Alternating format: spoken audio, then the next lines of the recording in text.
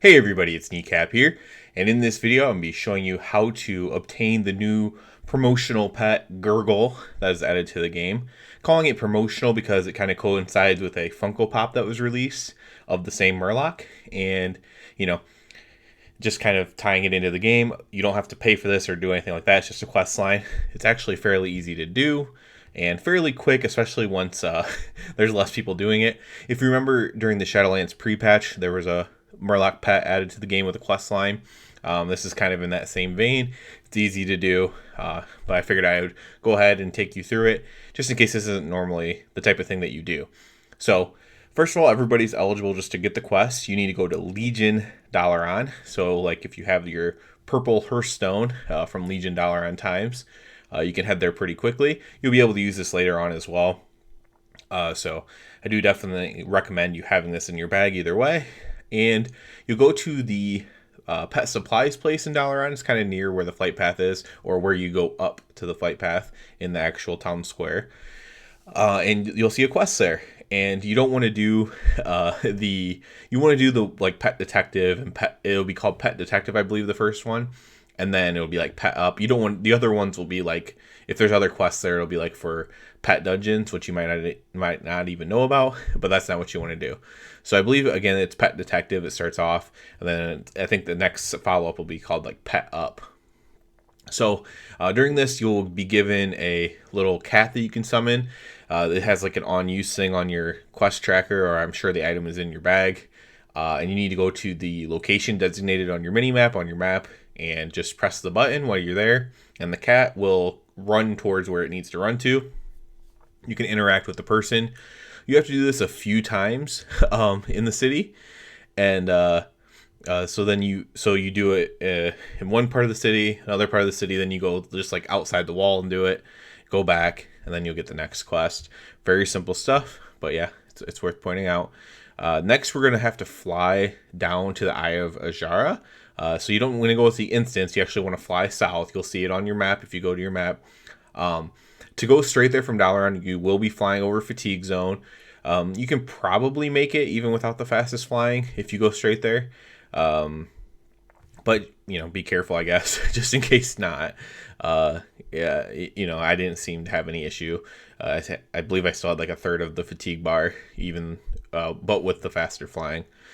So you fly down there, and then you will be able to interact with the NPC there. And now you're going to have to do some things along the coast here. So you're going to wake or help or heal or whatever the NPCs. And then you will be doing a a little part called the coast is clear or something like that. And so you'll be using a turtle to clean up or pick up pet supplies from the shores. And so this is a little bit of an odd thing. So you want to really pay attention to your buttons here. You have a speed button, you have a spin button that also stuns NPCs, and then you have a heal button. So your little turtle thing has very low health. So you definitely want to heal if anything is even touching you remotely. You want to spin away from them. You want to use your speed, whatever, run away. If your thing dies, I had to abandon the quest. It didn't say I failed it, so I don't know if that's intended. I had to abandon the quest for this though, and yeah, that wasn't cool. So you definitely don't want to do that, just in case that is the way it is. So I think I was like 6 out of 10 equipment.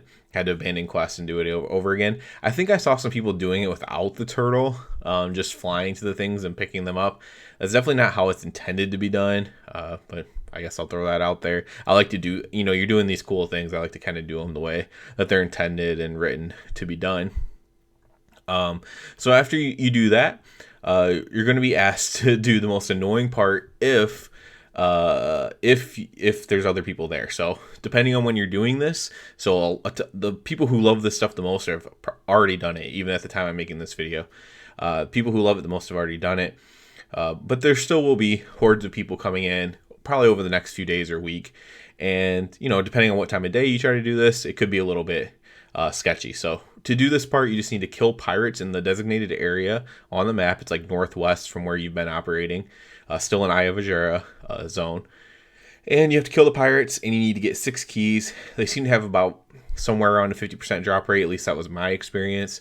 So you probably need to kill about 12 pirates, give or take. And then you'll be able to obtain 6 keys, open up 6 cages, and then you're done with that part of the quest. So then once you do that, you still need to save Gurgl, the pet that you're trying to obtain. So after you save them, you're going to have to fly over to the western side and fight the leader of these pirates who is stealing all the pets.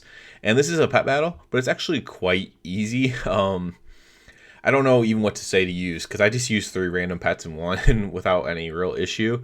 I guess just stuff with a lot of health and that can do some damage. Obviously, you don't, I guess, want to be, take extra damage. The first one will take extra damage from dragon abilities because it's magic, and then I forget after that. Honestly, I think the proper setup, if you fight it, is like dragon abilities, water abilities, and then oh man, what was the other one? I don't even know what the other one was. I think you would want undead abilities as a humanoid, but I just put in my own humanoid thing. It didn't matter, frankly. But if you are having trouble, you can use those. I don't know if this scales down to level 1 or not. I didn't try that. But if for some reason you just don't have a lot of battle pets, you don't really have a good way to do this, try to use level 1s and see if their pets scale to level 1, in which case it'll be much easier.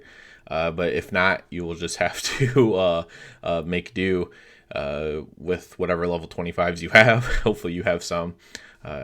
You would think it would scale, but obviously I did not test that out myself, so I do not know for sure. So once you defeat the person, you can actually don't fly away, don't try to look for somewhere to turn this in. You need to actually click on Gurgl, the murloc, behind the person. Click on him, and then you can go complete the quest. Then you'll get the pet, you learn it, and now it's in your journal, and you have your pet Gurgl. It has a cool little animation thing when he's. I think I got it in the screenshot or the thumbnail I'm using for this video. He does like a cool little thing when he's just standing there doing nothing. You know how pets or even characters kind of do like their little movements to show that they're kind of AFK. But yeah, so he has a kind of a little neat one there too. So like I said, this is super easy. You don't necessarily need a guide.